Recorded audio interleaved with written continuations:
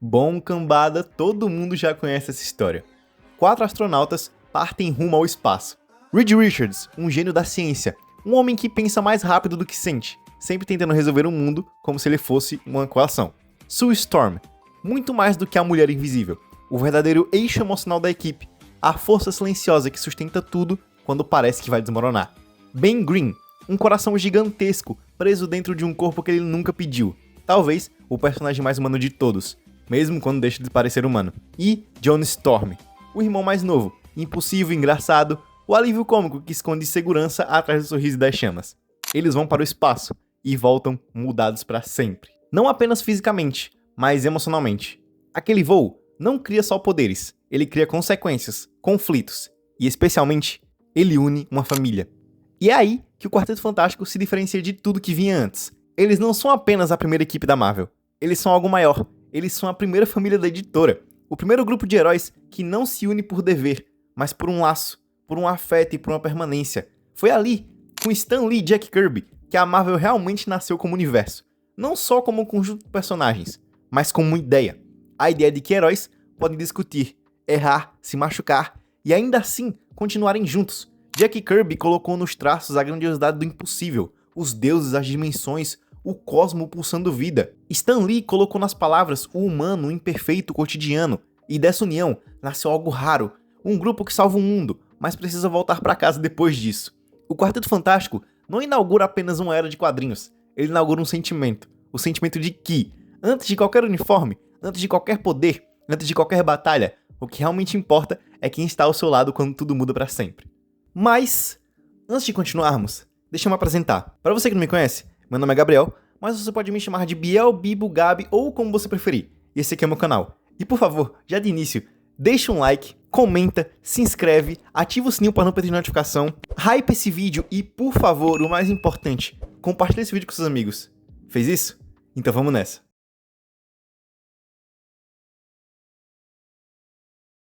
Quando o Quarteto Fantástico surge em 61, ele não nasce como um grande épico, nem como uma saga cuidadosamente planejada.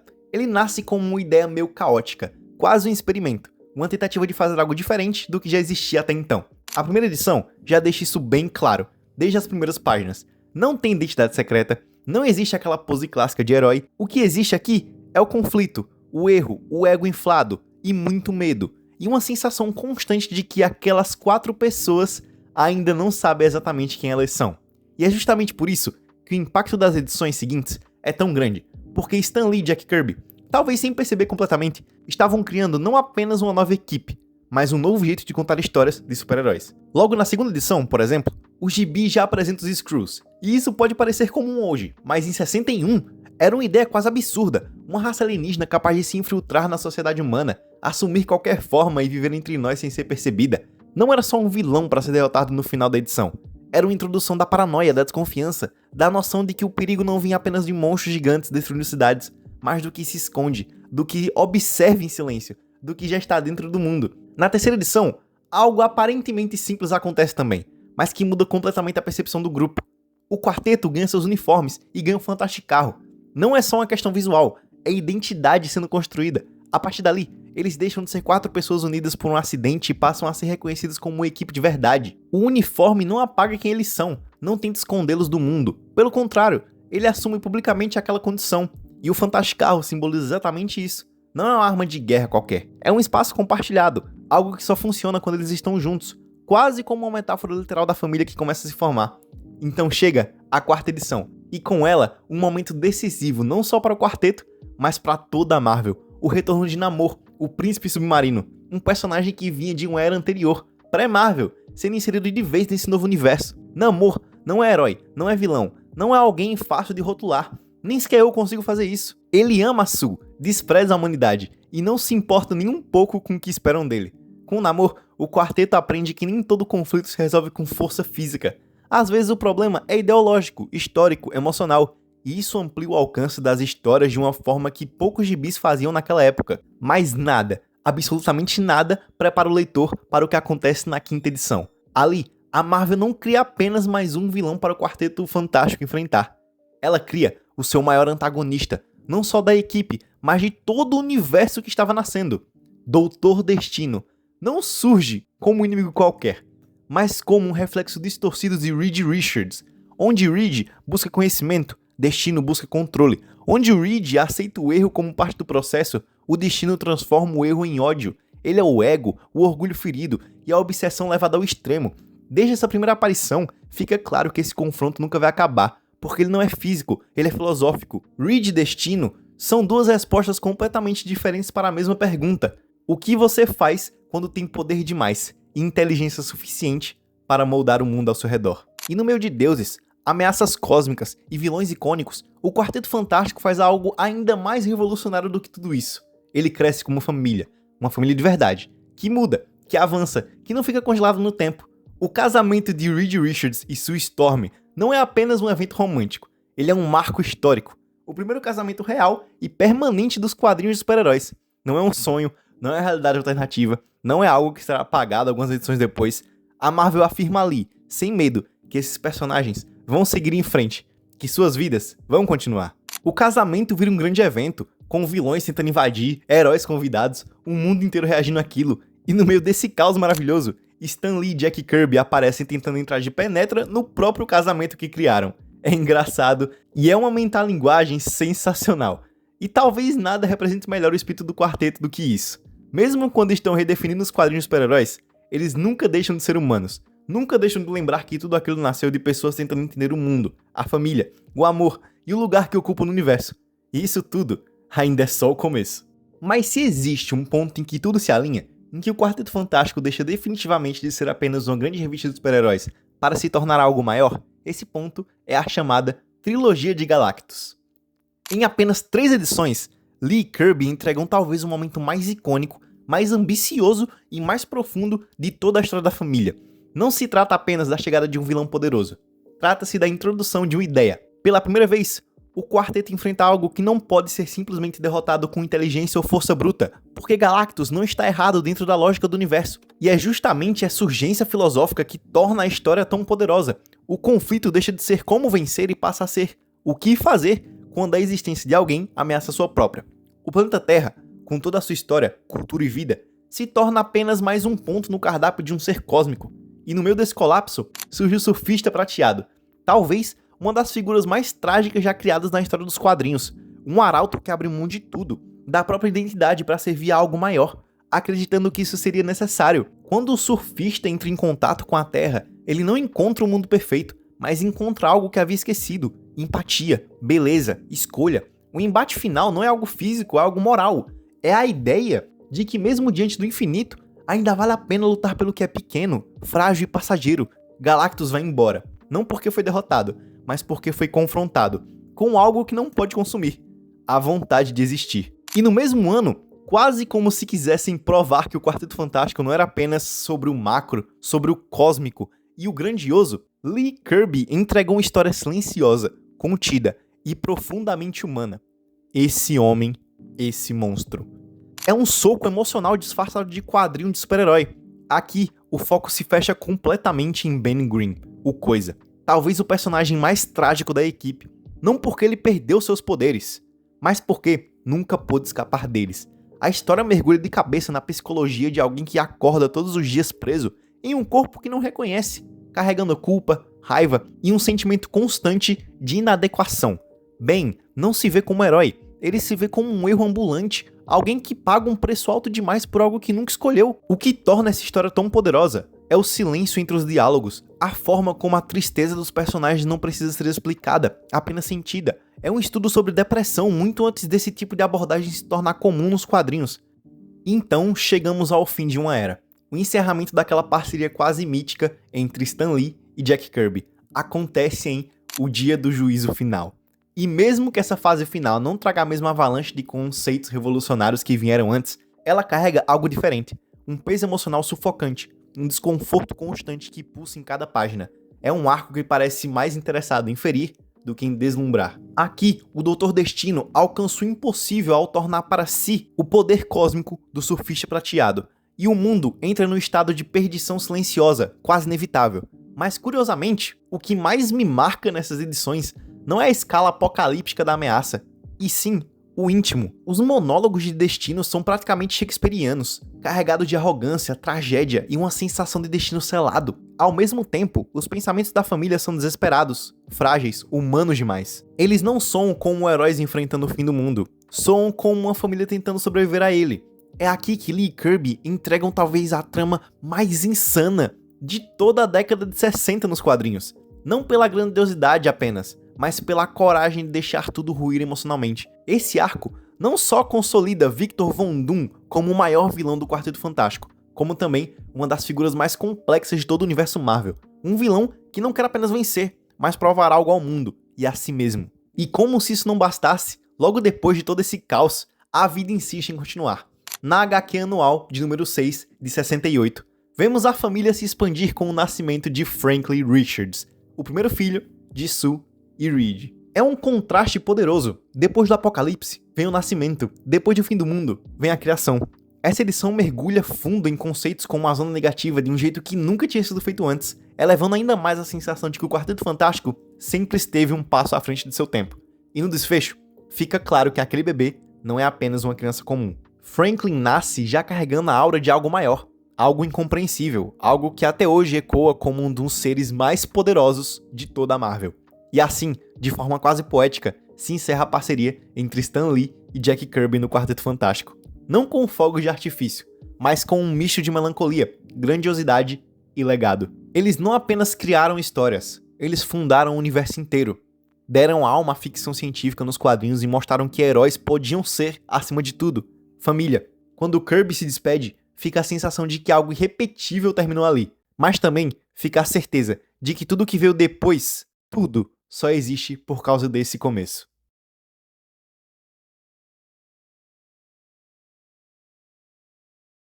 A partir desse ponto, é impossível negar. Os quadrinhos do quarteto já não tinham o mesmo brilho revolucionário dos anos Lee e Kirby. Aquele impacto inicial, quase sísmico, naturalmente se dissipou. Mas isso não significa que a família perdeu sua grandeza. Pelo contrário, foi justamente nesse período que alguns autores entenderam que o quarteto não precisava mais reinventar o universo, precisava entendê-lo. E poucos fizeram isso tão bem quanto John Byrne. Byrne assume a equipe com um respeito quase cirúrgico pelo legado, mas com coragem suficiente para questioná-lo. É nessa fase que surge o julgamento de Galactus, uma das histórias mais fascinantes e maduras de toda a trajetória do grupo.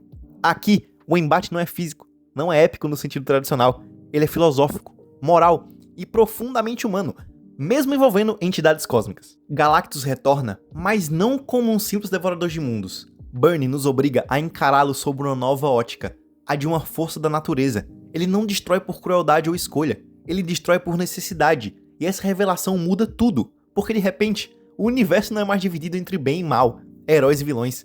Ele passa a ser um espaço onde decisões impossíveis precisam ser tomadas. O clímax dessa história é devastador. Galactus está à beira da morte, e Reed Richards, mesmo depois de tudo, decide salvá-lo. Não por ingenuidade, não por heroísmo vazio, mas porque Reed entende que o universo não pode ser governado apenas por vingança ou julgamento moral. Então, vem a inversão brilhante. Reed é julgado por salvar Galactus. Esse arco é um tratado sobre ética, responsabilidade e o peso de brincar de Deus. É uma história que só o Quarteto Fantástico poderia contar. E sinceramente, se eu não falasse dela aqui, eu estaria traindo não só o vídeo, mas a mim mesmo. Com o tempo, o quarteto também se mistura mais ao restante do universo Marvel. Eles participam de eventos como Guerras Secretas, que muda profundamente a dinâmica da equipe. Ben Green, o Coisa, decide ficar fora por um período, e em seu lugar entra a Mulher Hulk.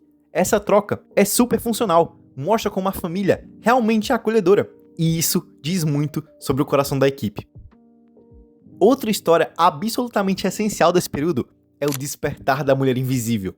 Aqui, Sue Storm finalmente deixa de ser tratada como coadjuvante. A viagem ao microverso e os eventos que se desenrolam ali funcionam como um rito de passagem brutal. Sue é forçada a se redefinir, a reconhecer sua própria força, sua raiva e sua autonomia. Ela deixa de ser a garota invisível, ela se torna de fato a Mulher Invisível. Esse arco é profundamente filosófico, porque fala sobre identidade, amadurecimento e poder. Sue não muda porque quer, ela muda porque precisa, e essa transformação não é confortável, não é glamurosa, ela é necessária. É o tipo de história que prova que o Quarteto Fantástico sempre foi mais sobre crescimento emocional do que sobre superpoderes. É curioso como, mesmo quando o quarteto se afasta do centro absoluto da Marvel, ele nunca deixa de ser essencial. Porque, diferente de outras equipes, o Quarteto Fantástico não existe para reagir ao mundo, ele existe para refleti-lo. Cada mudança editorial, cada nova fase, cada tentativa de reposicionamento sempre esbarra nessa verdade básica. Essas histórias só funcionam quando colocam as pessoas antes dos conceitos. Depois do período Byrne, vieram anos irregulares, alguns esquecíveis, outros honestos, mas poucos realmente memoráveis. Então, chega Mark Waid. E aqui, para mim, acontece algo muito especial. Waid entende o Quarteto Fantástico de uma forma quase emocional. Ele não escreve esses personagens como lendas inalcançáveis, nem como ícones engessados pelo passado. Ele escreve como pessoas que já viveram demais, já perderam demais, mas que ainda acreditam que vale a pena continuar. Sua fase não tenta competir com Lee Kirby, nem com Byrne. Ela conversa com todas elas. Com o passar do tempo, a família cresce. E crescer no Quarteto Fantástico nunca é simples. O nascimento de Valeria Richards não é um momento de celebração imediata, é um momento de puro terror. O parto dá errado, Sue corre risco de vida, a criança também. E Reed não está lá. Ele está tentando salvar o mundo, resolvendo mais uma crise impossível, acreditando, como sempre, que o coletivo precisa vir antes do íntimo. É Johnny quem fica diante da decisão que nenhum irmão deveria tomar. Sem opções, ele faz o impensável, recorre ao maior inimigo da família, Doutor Destino. Destino aceita ajudar, não por bondade, não por redenção, mas por orgulho, por vaidade e por amor antigo. Ele une ciência e feitiçaria para salvar Sue e a criança. O parto é bem sucedido, mas o preço vem depois. Destino exige o direito de batizar a menina e escolhe o nome Valéria, em homenagem à mulher que ele amou antes de tudo dar errado. Esse momento é devastador porque ele revela algo essencial. Até mesmo o maior vilão do quarteto carrega cicatrizes humanas. E é a partir daqui, a partir de Inconcebível, que entramos, para mim, na fase mais perfeita, mais cruel e mais emocional da história da família. Destino retorna. Pior. Após fazer um pacto com entidades infernais para dominar plenamente as artes místicas, ele executa o seu plano definitivo. Não um ataque direto, não uma invasão explosiva, mas algo muito mais perverso. Ele entra no edifício Baxter, usando Valéria como peça-chave. Destino aprisiona Franklin no inferno, e nada prepara o leitor para o que vem a seguir. Essa história não é sobre vitória, é sobre perda de controle. O quarteto não vence Destino. Ele os desmonta, um por um. Psicologicamente, emocionalmente, moralmente e fisicamente. Reed é capturado e trancado em uma biblioteca infinita, um labirinto de conhecimento onde tudo existe, menos a saída. É o castigo perfeito para um homem que sempre acreditou que a inteligência resolve tudo. O confronto final não é grandioso, ele é sufocante. É um embate entre vontade e desespero, entre controle absoluto e amor incondicional. E mesmo quando o Destino é derrotado, nada volta ao normal. Porque as sequelas ficam. As duas edições seguintes são, pra mim, o verdadeiro coração dessa saga. Franklin tá traumatizado. O Reed tá desfigurado, por fora e por dentro. Sue sente uma impotência silenciosa que corrói. O Johnny perde parte da sua leveza. E Ben entrega um dos monólogos mais lindos e dolorosos que eu já li nos quadrinhos. Ele fala sobre ser forte quando tudo desmorona, sobre continuar em pé mesmo quando o coração está em pedaços, sobre ser uma rocha quando ninguém mais consegue. Então vem ações autoritárias. Após a queda de Destino, Reed toma a decisão mais controversa de sua vida. Ele assume o controle da Lativéria, não por poder, mas por culpa. Ele acredita que pode consertar tudo o que Destino destruiu. Ele cria protocolos, regras, sistemas. Ele tenta transformar trauma em ordem, mas ordem demais vira prisão. A família se fragmenta. Há discussões, questionamentos existenciais, confrontos morais. Cada membro precisa decidir até onde está disposto a seguir Reed. E quando o Destino retorna uma última vez, ele atinge o golpe final. Ele possui o corpo de Ben e o impensável acontece. Para salvar todos, Ben precisa se despedir, não como um herói, mas como símbolo, como um amigo, como um irmão, como o coração da equipe. A despedida, ela é devastadora, irreversível e de um jeito muito único, silenciosa. Naquele momento, o coração do Quarteto Fantástico para de bater. E então, chegamos à pós-vida. Reed, incapaz de aceitar a ausência de Ben, faz o que sempre fez. Desafia o impossível. Ele atravessa limites, realidades, conceitos. Ele leva a família até o além, não para lutar, mas para reunir. E eles se encontram. No fim de tudo, depois da dor, do luto e da resistência, a família atravessa uma última porta, não para uma nova aventura, mas para o descanso. Em pós-vida, o Quarteto Fantástico deixa de ser sobre ciência, espaço ou superpoderes, uma única vez. Fiquem juntos, todos. Mantenham-se unidos. Tem algo ali na frente. Gente, eu tô meio assustado.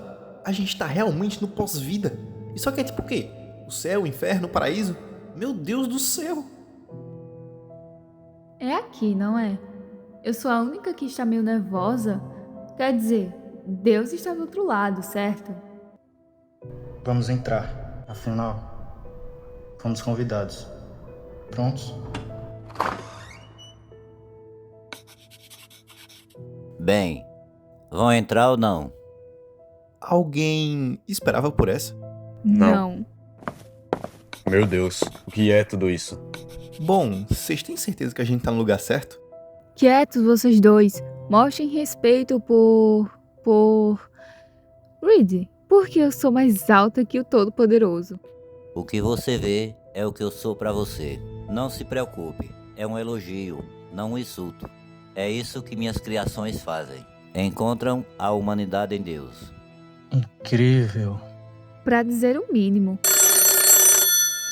Licença por um minuto. Deus tem telefone? Qual o número? Quem? Quem ligou? Meu colaborador, Excelsior. Seu Mas esses desenhos são seus? Minha grande contribuição para a tapeçaria. Ideias, noções, paixões.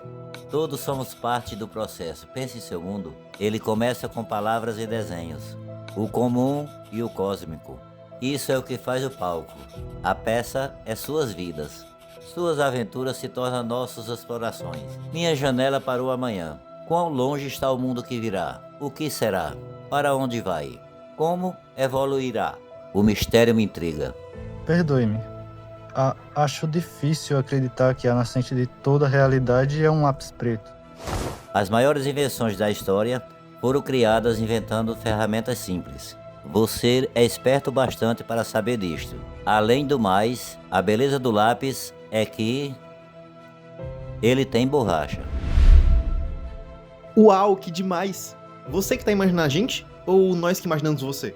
Vocês não são marionetes de ninguém. Se é isto que está pensando. Ninguém pode viver por você. Ninguém pode morrer por você. Somos todos nossos próprios roteiristas. E há ainda muitas histórias para vocês. Oh, saco.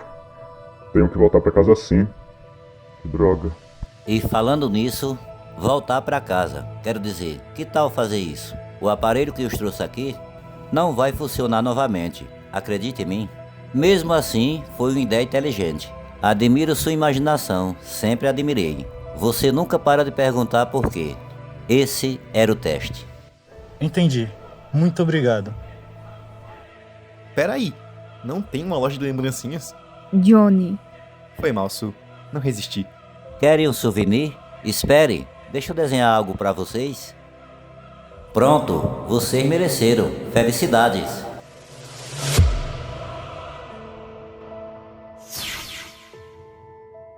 Lar Doce Lar. Quem quer uma pizza? O melhor jeito de saborear o momento. Brincadeira. Minha mente tá girando igual a tua, cara. Tudo isso é um presente de despedida?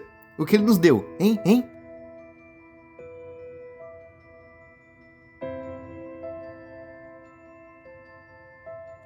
Um final feliz.